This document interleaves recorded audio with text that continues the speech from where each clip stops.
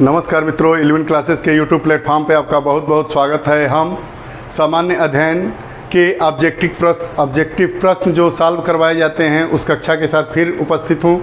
यह हमारी कक्षाएं सप्ताह में 2 दिन शनिवार और रविवार को सायं 7 बजे से चलती है। यह हमारी कक्षा रिवीजन कक्षा होती है। परीक्षाओं में अगर आपको बेहतर स्कोर करना है, परीक्षा में अच्छे अंक लाना है, अर्थात पास होना है, सफल होना है, सफलता सूची में अपना नाम देखना है, तो आपको जो आप पढ़ते जा रहे हैं उसको आप प्रश्न के रूप में अगर सॉल्व करते हैं तो आपकी पकड़ उस विषय पर, उस टॉपिक पर दृढ़ता से हो जाती है। इसी को ध्यानगत रखते हुए यह हमारी हफ्ते में 2 दिन कक्षाएं संचालित होती है।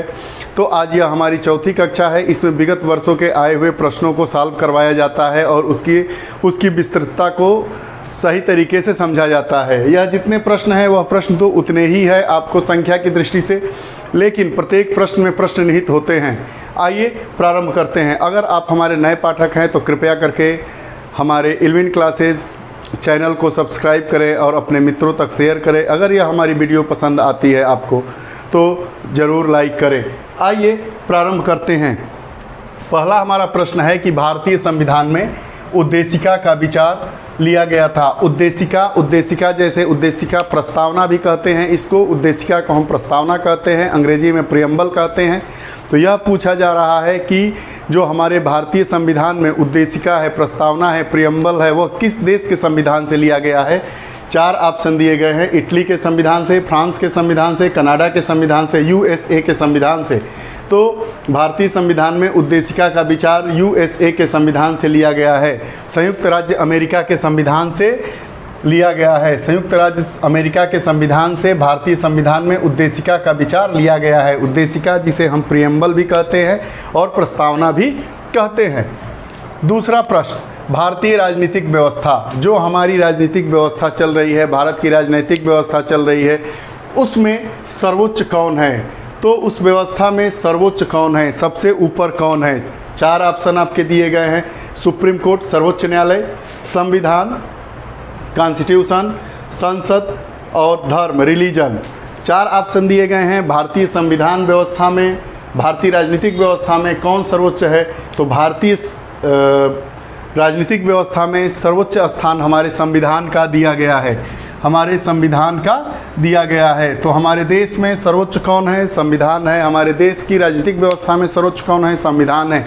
देश में जितने नियम कानून संचालित होते हैं वह किसके निर्देश पर संचालित होते हैं, संविधान पे। संविधान क्या है, संविधान देश में, हमारे लोकतांत्रिक देश में नियमों कानूनों से संबंध एक पुस्तक है जिसके अनुसार हमारे देश में क्रियाकलाप संचालित होते हैं, चाहे वो संसदीय व्यवस्था हो, चाहे द्विसदनीय विधायिका की बात हो, चाहे कार्यपालिका, चाहे न्यायपालिका।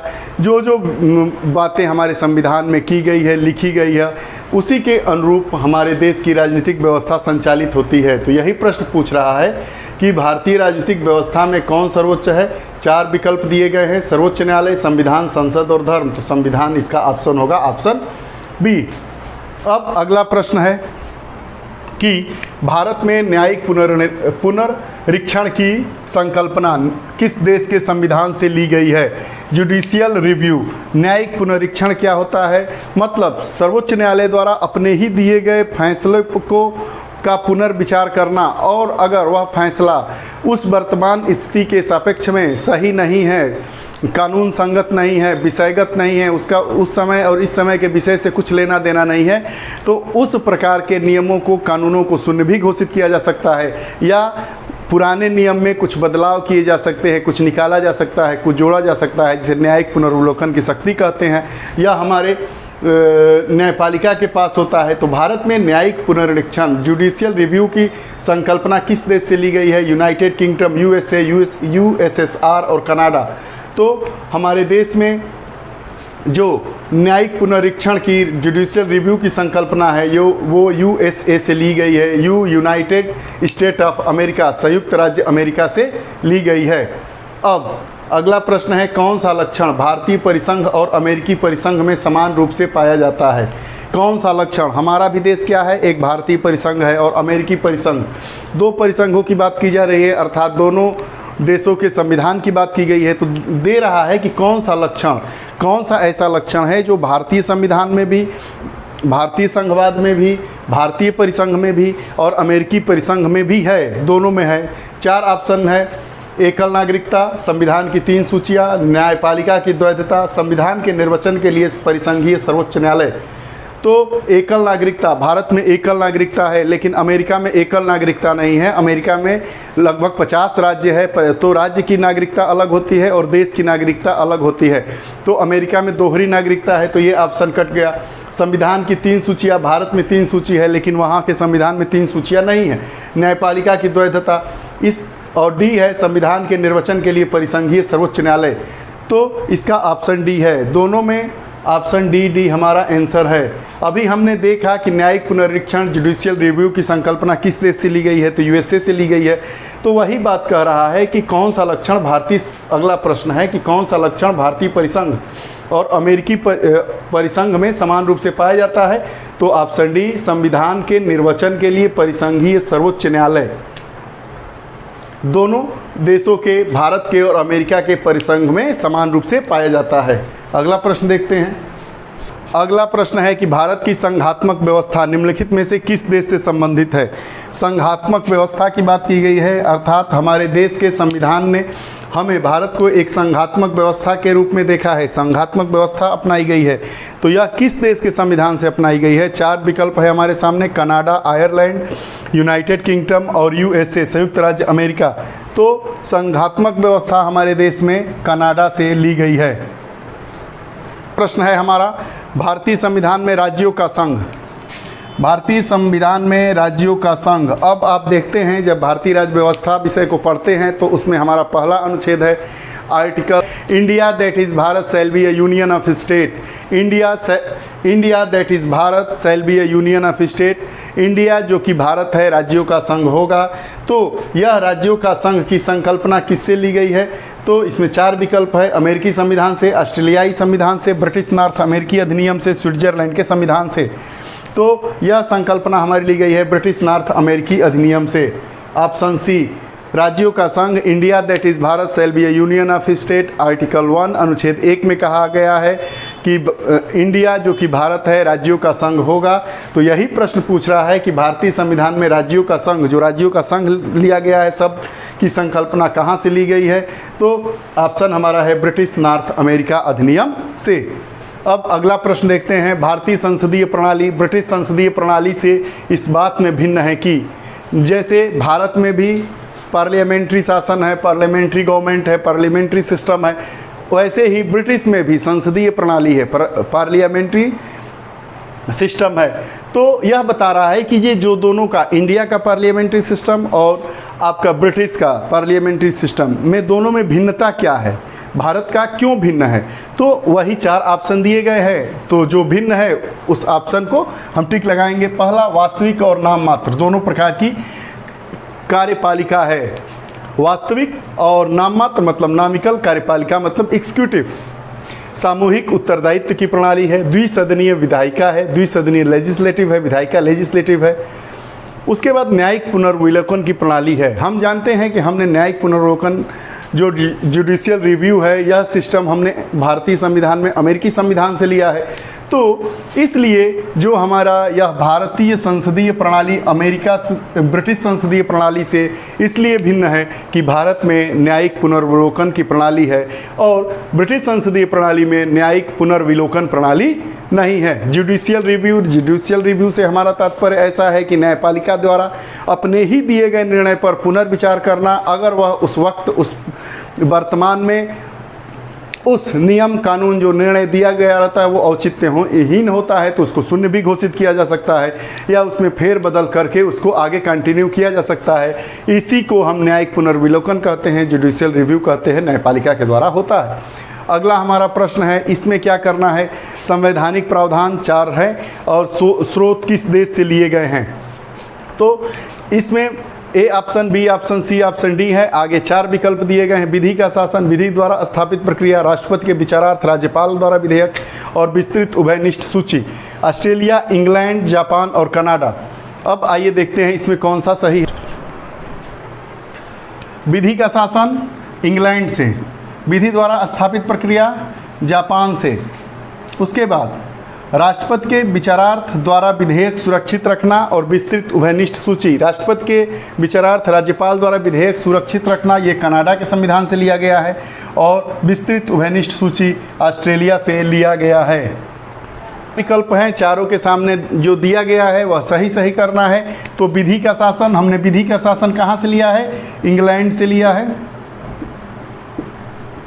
विधि द्वारा स्थापित प्रक्रिया जापान से। राष्ट्रपति के विचारार्थ राज्यपाल द्वारा विधेयक सुरक्षित रखना, ये हमने कनाडा से लिया है। और विस्तृत उभयनिष्ठ सूची, यह ऑस्ट्रेलिया से। ये सही मिलान करने के लिए बार बार आप प्रश्नों को देखते होंगे तो इस प्रकार के प्रश्न जरूर आते होंगे।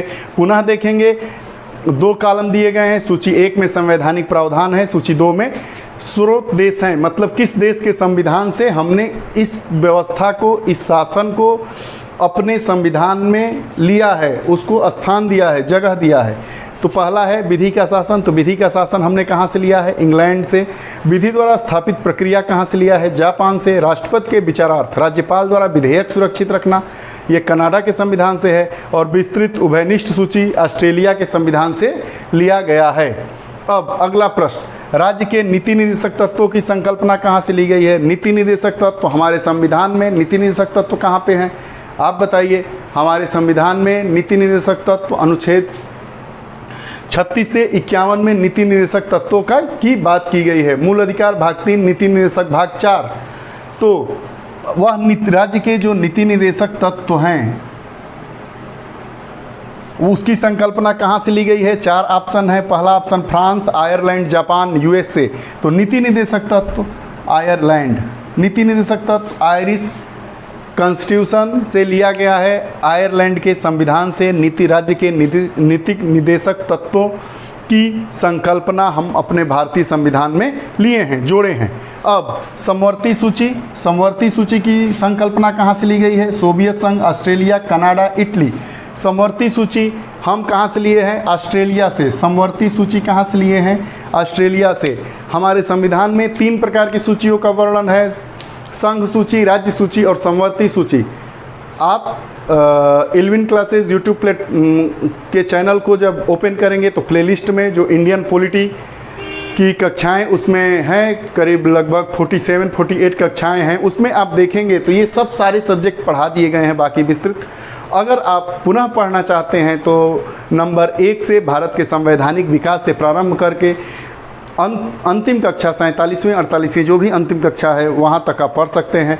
उसमें जो हमारा प्रश्न होते हैं, जो प्रश्न इसमें आ रहे हैं, बहुत विस्तृत अध्ययन आपको किया गया है। आप देखेंगे तो आप ज़रूर हमारी बातों से सहमत होंगे। तो समवर्ती सूची कहाँ से ली गई है? सोवियत संघ, ऑस्ट्रेलिया, कनाडा, इटली। तो ऑस्ट्रेलिया से समवर्ती सूची ली गई है। उसके बाद समवर्ती सूची की संकल्पना 4 ऑप्शन, सोवियत संघ, ऑस्ट्रेलिया, कनाडा, इटली। तो ऑस्ट्रेलिया हमारा होगा। अंतिम प्रश्न, लिखित संविधान का प्रारंभ किस देश से हुआ? लिखित संविधान का प्रारंभ जापान, भारत, ब्रिटेन, अमेरिका। तो अमेरिका से हुआ। आपको बता दें कि सबसे पहले जब लिखित संविधान की बात चलती है तो लिखित संविधान का प्रारंभ अमेरिकी संविधान से हुआ। अमेरिका में सर्वप्रथम लिखित संविधान को अपनाया गया। मात्र वहाँ पे उस अमेरिकी संविधान में 7 ही अनुच्छेद हैं। भारत का जो संविधान विश्व का सबसे लंबा लिखित संविधान है, जिसमें 395 अनुच्छेद हैं, 12 अनुसूचियां हैं और 22 भाग हैं। आपको यह कक्षा कैसी लगती है? अगर आपको यह कक्षा अच्छी लगती है तो अपने विचार दें और लाइक करें, अपने मित्रों तक इस कक्षा को शेयर करें।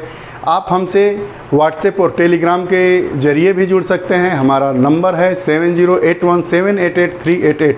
आप हमसे अन्य सोशल नेटवर्किंग साइटों पर भी जुड़ सकते हैं। उसके लिए आपको सिर्फ @इल्विन क्लासेस फॉलो करना होगा। अगर आप हमारे नए पाठक हैं तो कृपया चैनल को सब्सक्राइब करें। आप अपने विचार दें, आपके विचार के अनुसार ही हमारी आगे की कक्षाएं संपादित होती हैं। आप हमारे साथ जुड़े रहे। आपके उज्जवल भविष्य की ढेर सारी शुभकामनाओं के साथ बहुत बहुत धन्यवाद। नमस्कार।